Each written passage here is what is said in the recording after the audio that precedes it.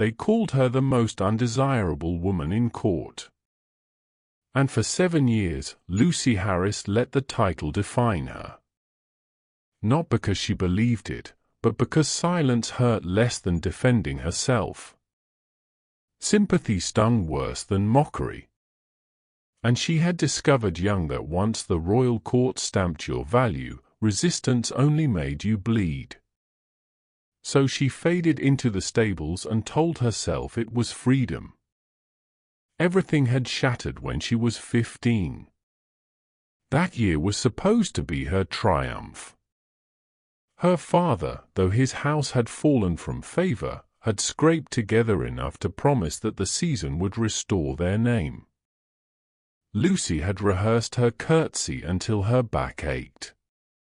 She studied etiquette, imagined glittering assemblies, and pictured a gentleman who would look past her family's disgrace and choose her anyway.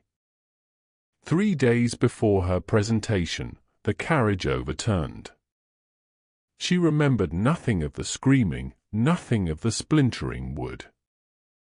What she remembered was regaining consciousness in her chamber with linen binding half her face and her father weeping at the foot of her bed. The physician spoke carefully, assuring him she was fortunate to survive. The glass had spared her vision. She would recover. Before we continue, if this story has already drawn you in, I invite you to support the channel by liking this video and subscribing. It allows these quiet Victorian tales to reach others who value depth and timeless storytelling.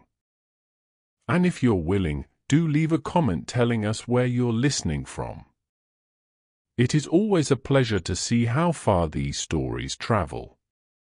What he did not need to mention was that the scar would be permanent.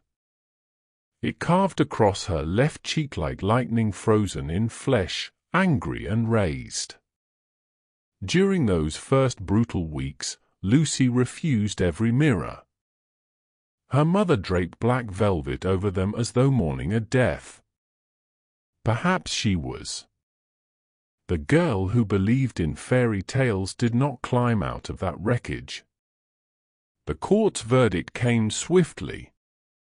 Gossip traveled before Lucy could stand upright. "What a tragedy," they murmured. "She could have been lovely. Now marriage is impossible. Wretched thing."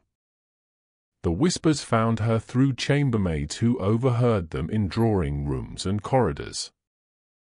Within a month, Lucy was no longer a young lady awaiting her debut. She was a cautionary tale. At 18, her father persuaded her to attempt one final ball. He insisted that if people saw her composure, her grace, they would see beyond the scar.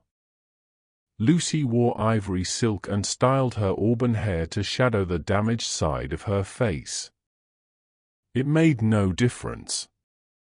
Just before the clock struck 1, she overheard a visiting baronet announce to his companions the words that would haunt her for years: "The most undesirable woman in all of England." She did not weep. She drained her wine, asked her father to summon the carriage, and by dawn informed him she would never enter a ballroom again.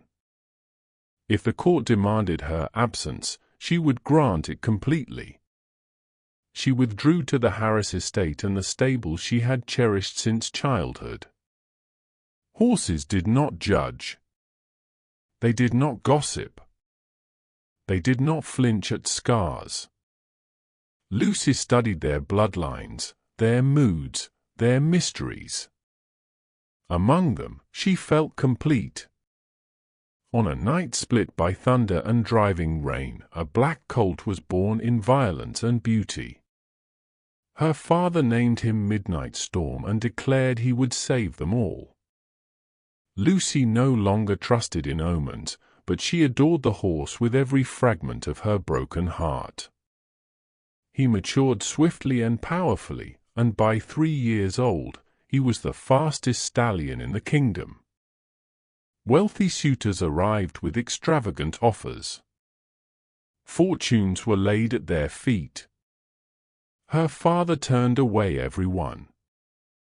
Midnight Storm was not merchandise. He was salvation. Then the Duke of Ravensmore arrived. Robert William was a legend before he was a man. Imposing, sharp-featured, with eyes the color of storm clouds and a reputation for ruthless intelligence.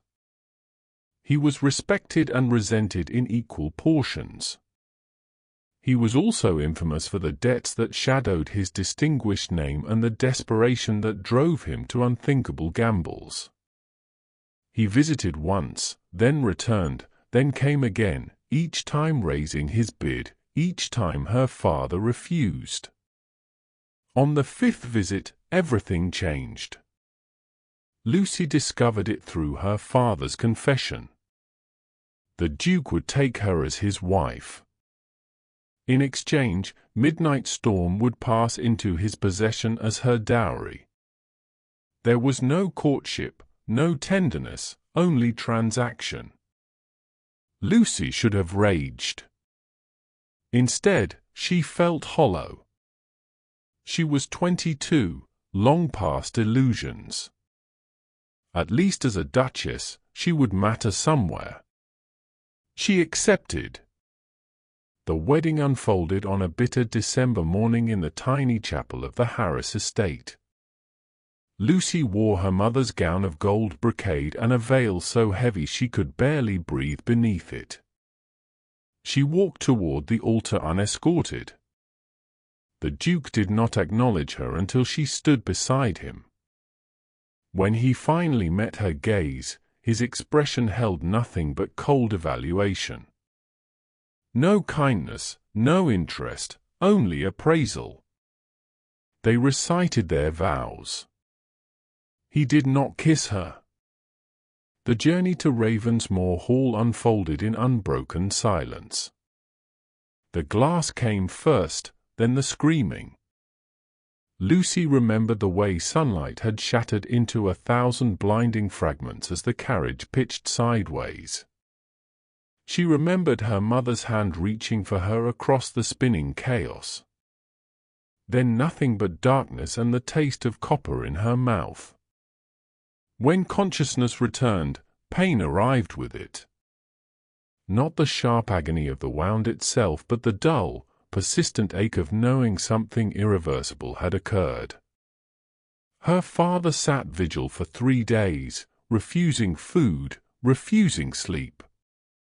Her mother wept until no tears remained.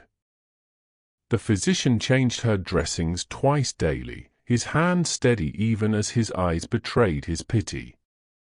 The first time Lucy saw her reflection, she understood why her mother had hidden the mirrors.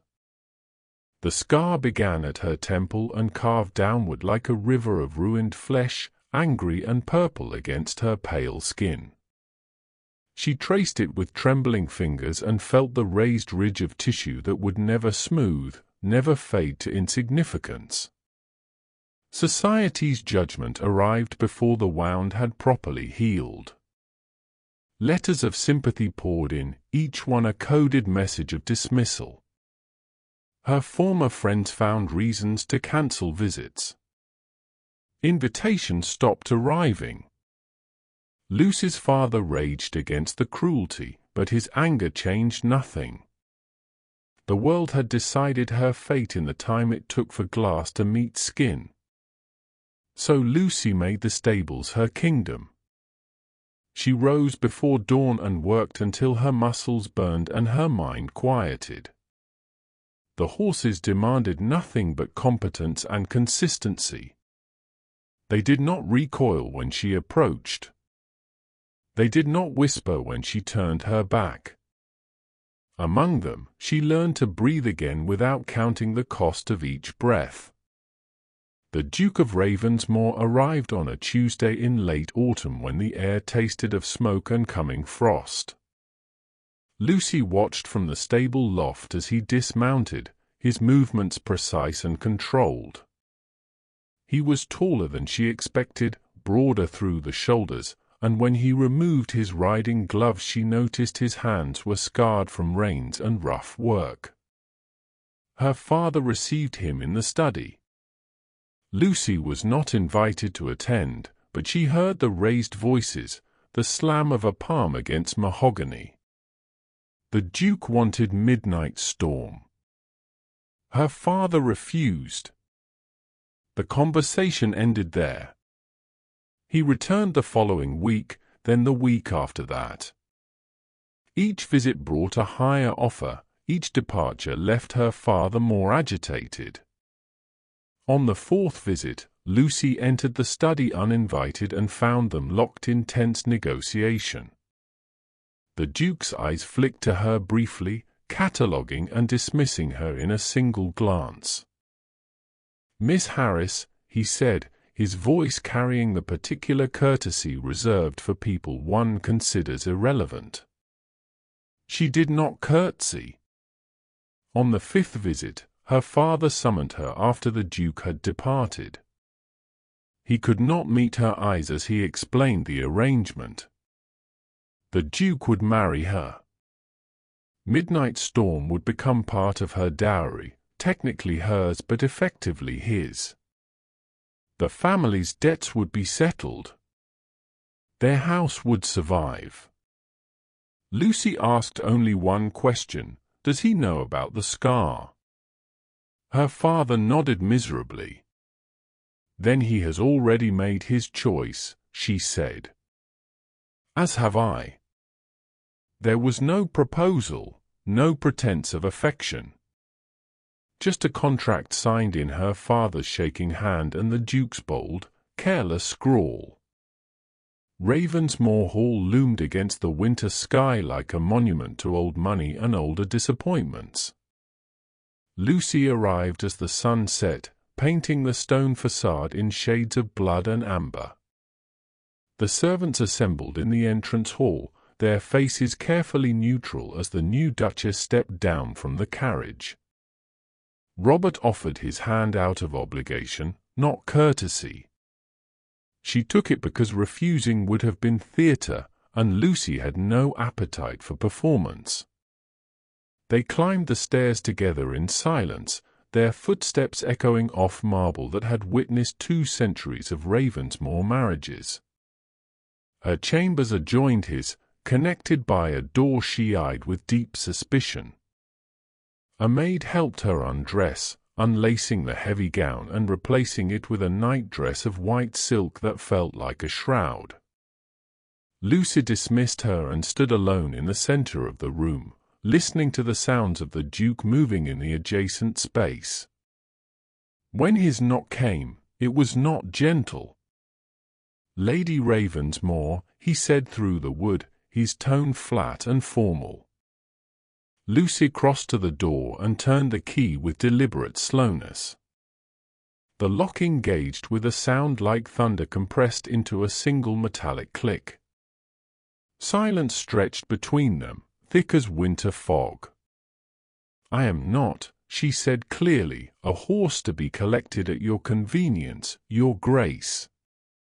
When you are ready to treat me as a wife rather than a transaction, you may knock again." She heard his sharp intake of breath, the pause that suggested a dozen unspoken responses. Then his footsteps retreated, and Lucy released the breath she had been holding. Her hand shook, but her spine remained straight. She had been sold. But she would not be owned. Ravensmore Hall operated on schedules Lucy had not been consulted about. Breakfast at 8, precisely.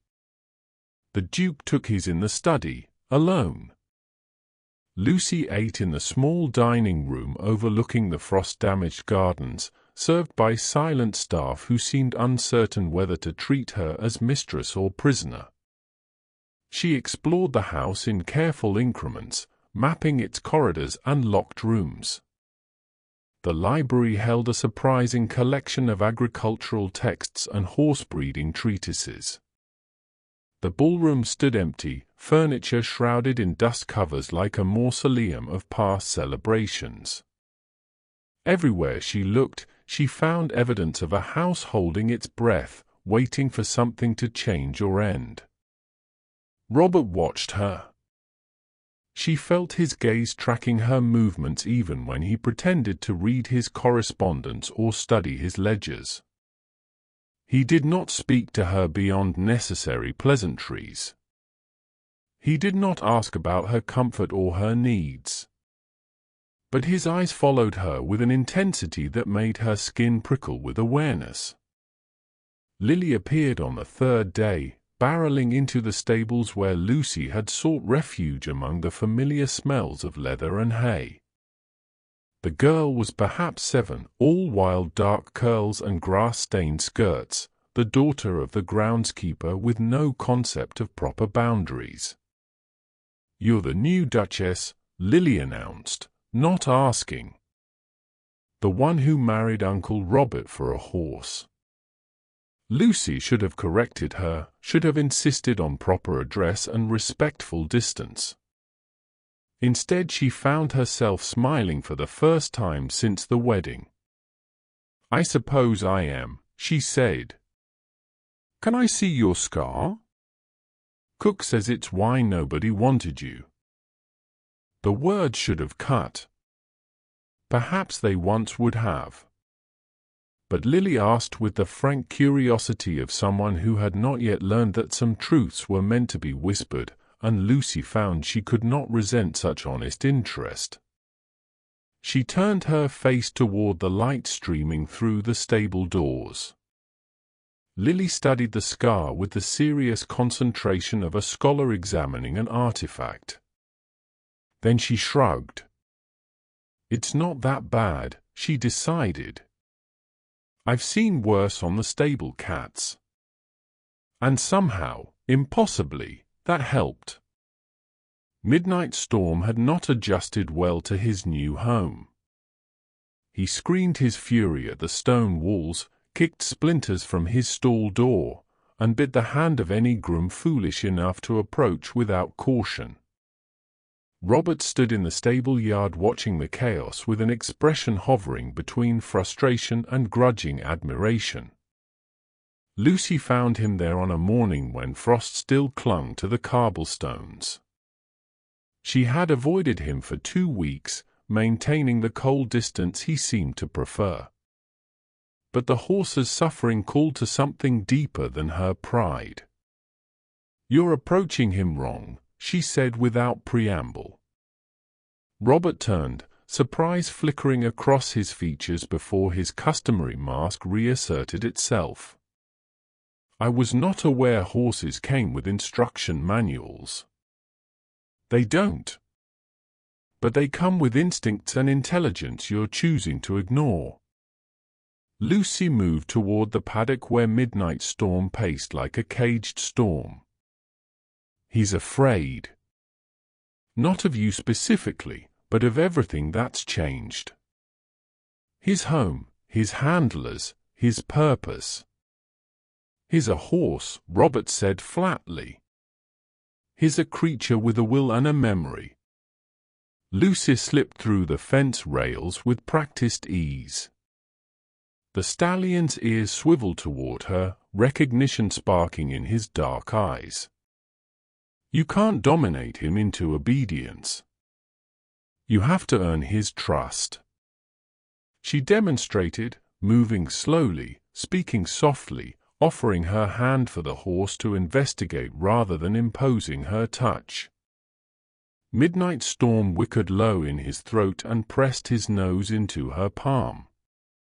Robert watched with an expression she could not decipher. "How?" he asked finally, the single word carrying more humility than she'd heard from him before. For the next hour, Lucy taught him the language of patience. How to read the angle of an ear, the tension in a neck, the subtle communications that passed between human and animal. Robert proved a surprisingly attentive student, his movements growing gradually less aggressive, more considered.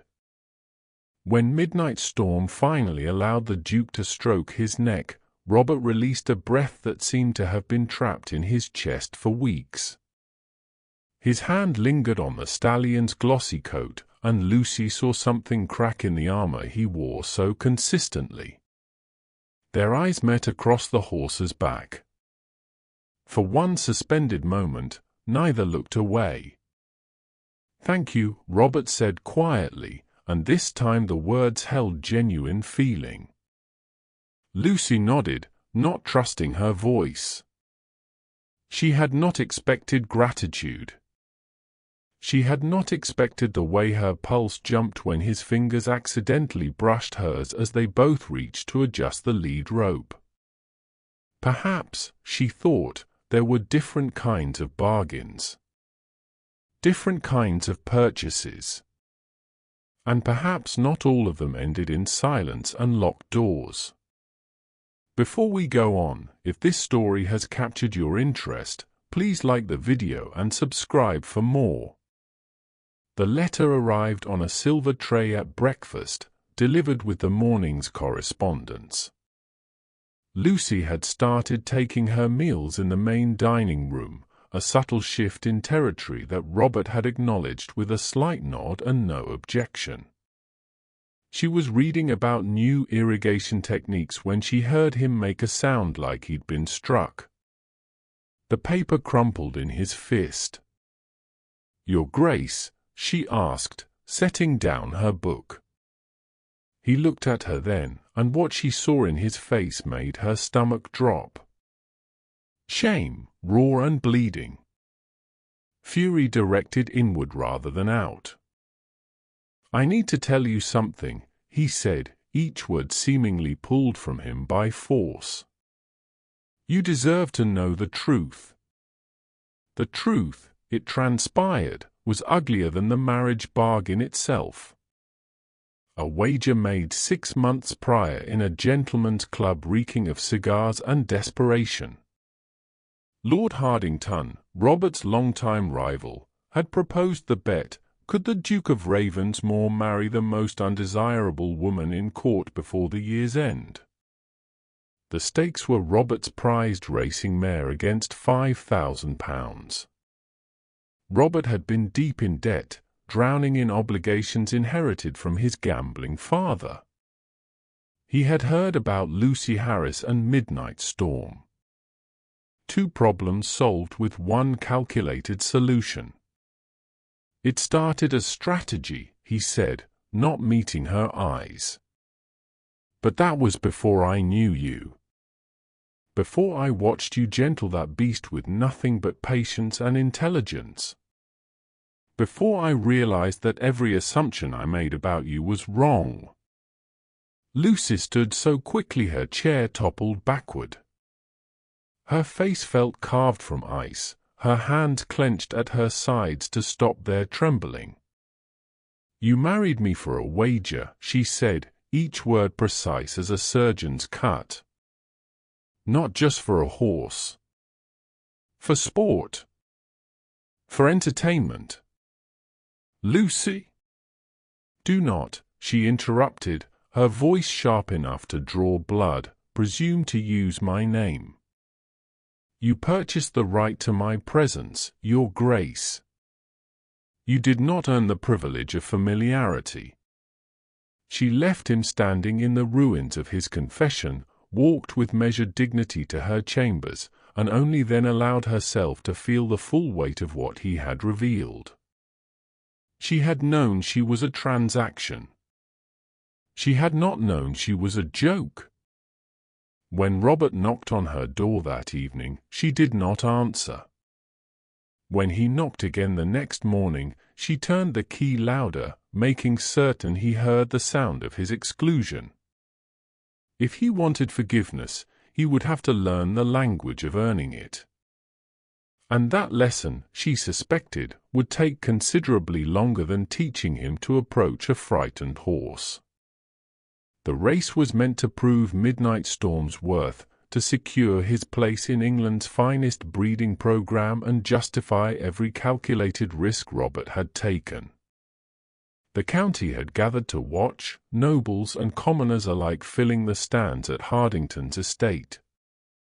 Lucy attended because refusing would have suggested weakness, and she had spent too many years hiding to retreat now. She wore deep blue silk, her hair arranged to reveal rather than conceal the scar. Let them look. Let them judge. She was done apologizing for surviving. Midnight Storm ran like vengeance given form, like thunder compressed into muscle and will. He tore past the competition with a speed that seemed almost contemptuous, crossing the finish line 3 lengths ahead while the crowd erupted in shocked delight. Lucy felt pride surge through her chest, fierce and uncomplicated. The horse she had raised had just become legendary. Robert found her in the stable afterward, where she was ensuring Midnight Storm received proper care despite the celebration raging in the main house. The Duke's coat was dusty, his cravat loosened, his hair disheveled from the wind. He looked younger this way, less like a portrait and more like a man. "Lucy," he said, and this time she did not correct him.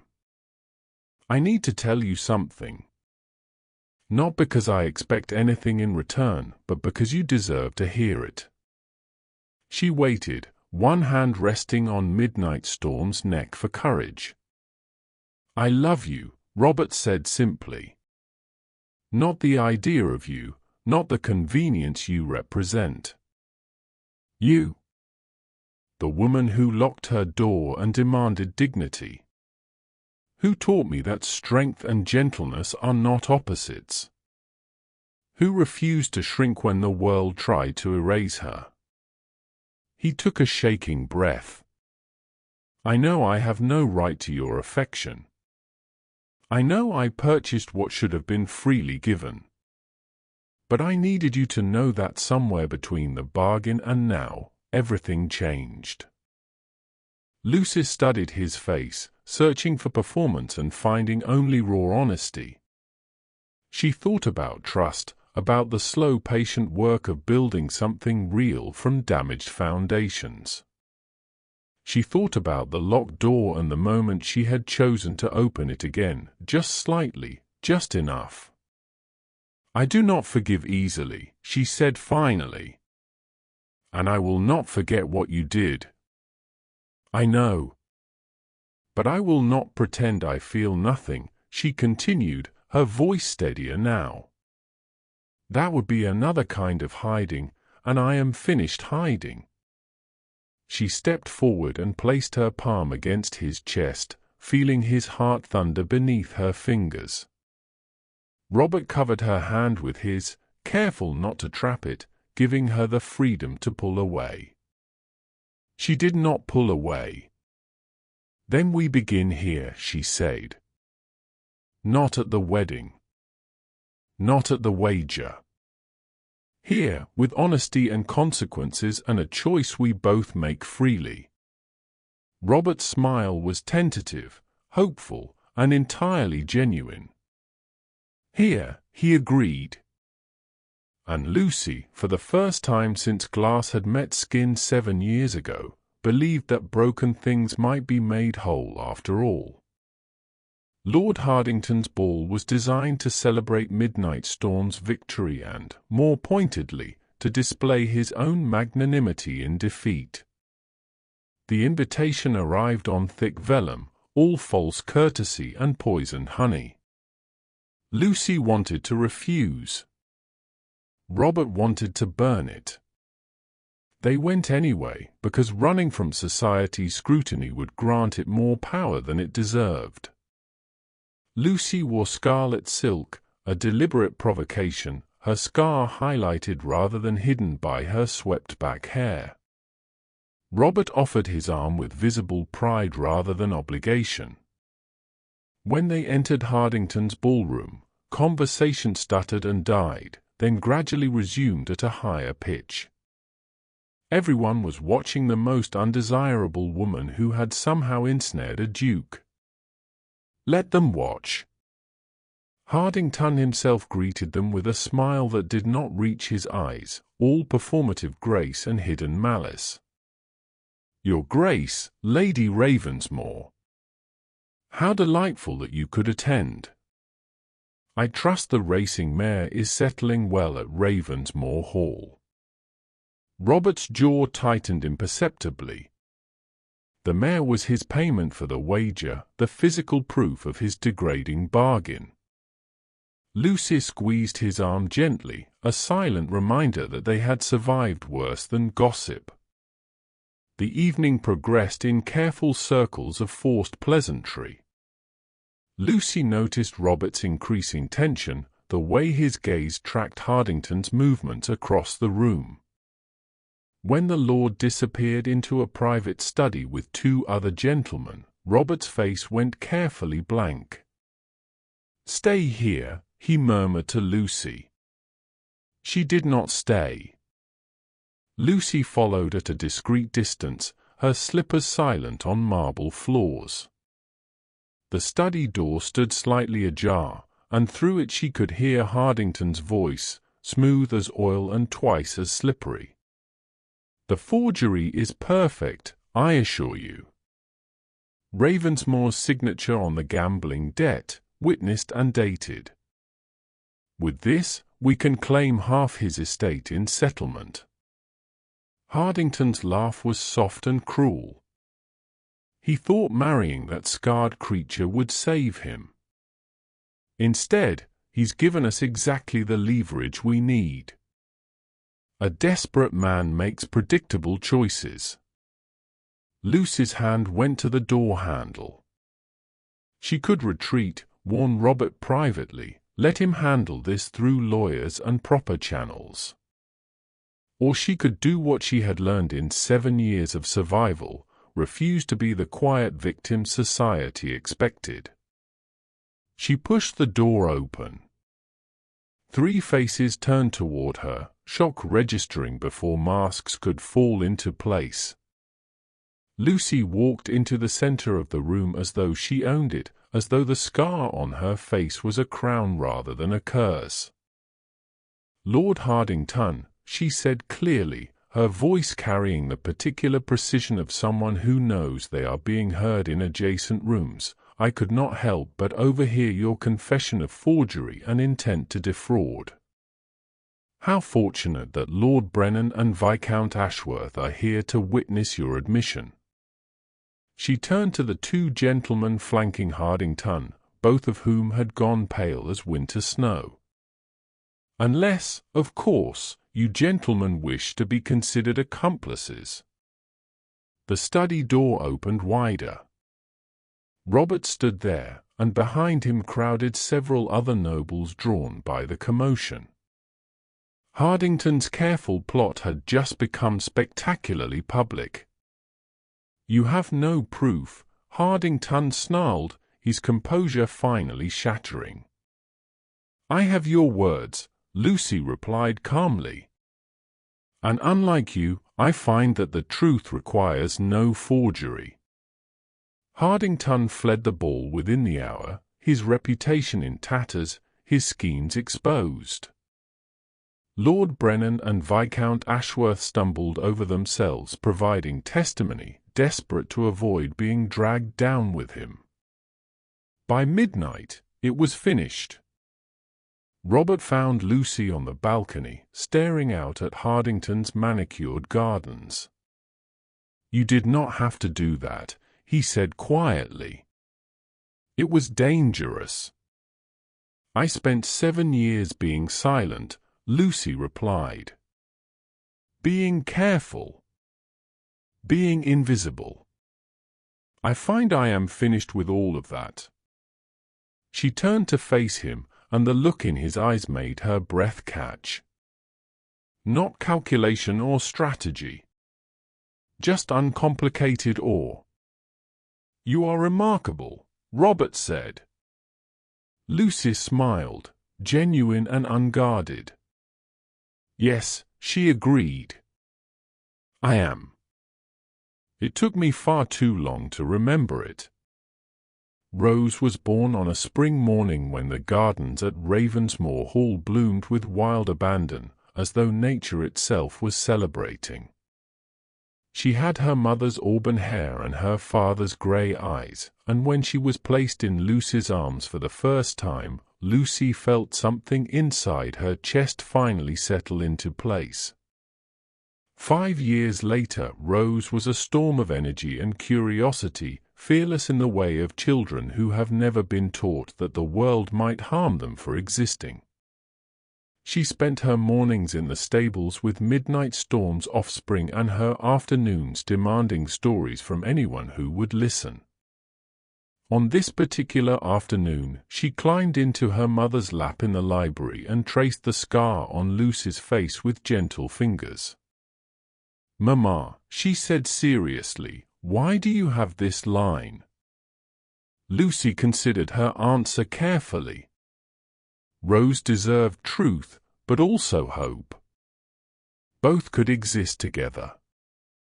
"When I was young," Lucy began, "I was in an accident. It hurt me here." She touched the scar. "And for a long time, I believed that hurt defined me. That because the world looked at this mark and decided I was undesirable, I must actually be undesirable." Rose frowned, processing this with the grave concentration of childhood.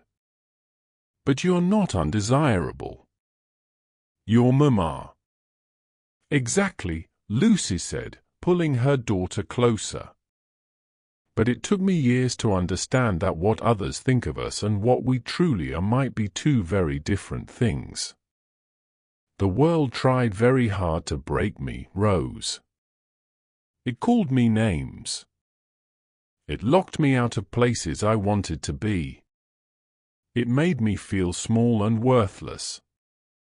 "And did it break you?" Rose asked, her voice small.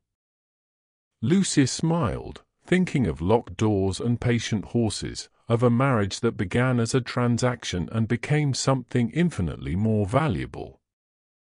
She thought of Lord Hardington's humiliation and her own steady voice refusing to be dismissed.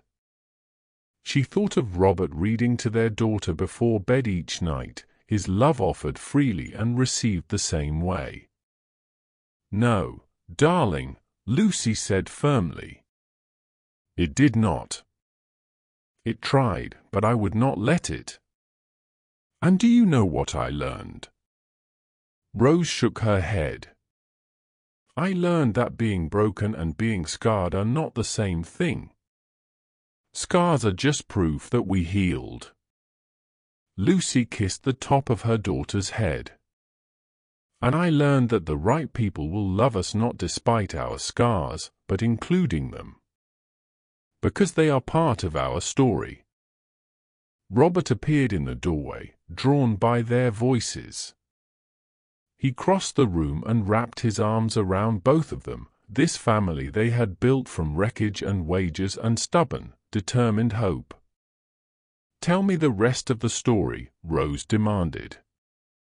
"The part where you and Papa fell in love." Lucy met her husband's eyes over their daughter's head and saw reflected there the same complicated gratitude she felt. They had not chosen the easy path. But they had chosen each other, eventually, truly, and that choosing had made all the difference. "Well," Lucy began, settling into the familiar rhythm of a tale told many times, "it started with a horse named Midnight Storm and a woman the world called Undesirable." Rose listened with rapt attention as her mother's voice wove the story of survival and dignity, of locked doors opened and trust earned one careful step at a time. Outside, spring rain began to fall, gentle and renewing, washing the world clean. If this tale has stirred your curiosity, a simple like and subscription is most appreciated. And if you wish, share in the comments where you are listening from. Now, let us return to the story. Thank you.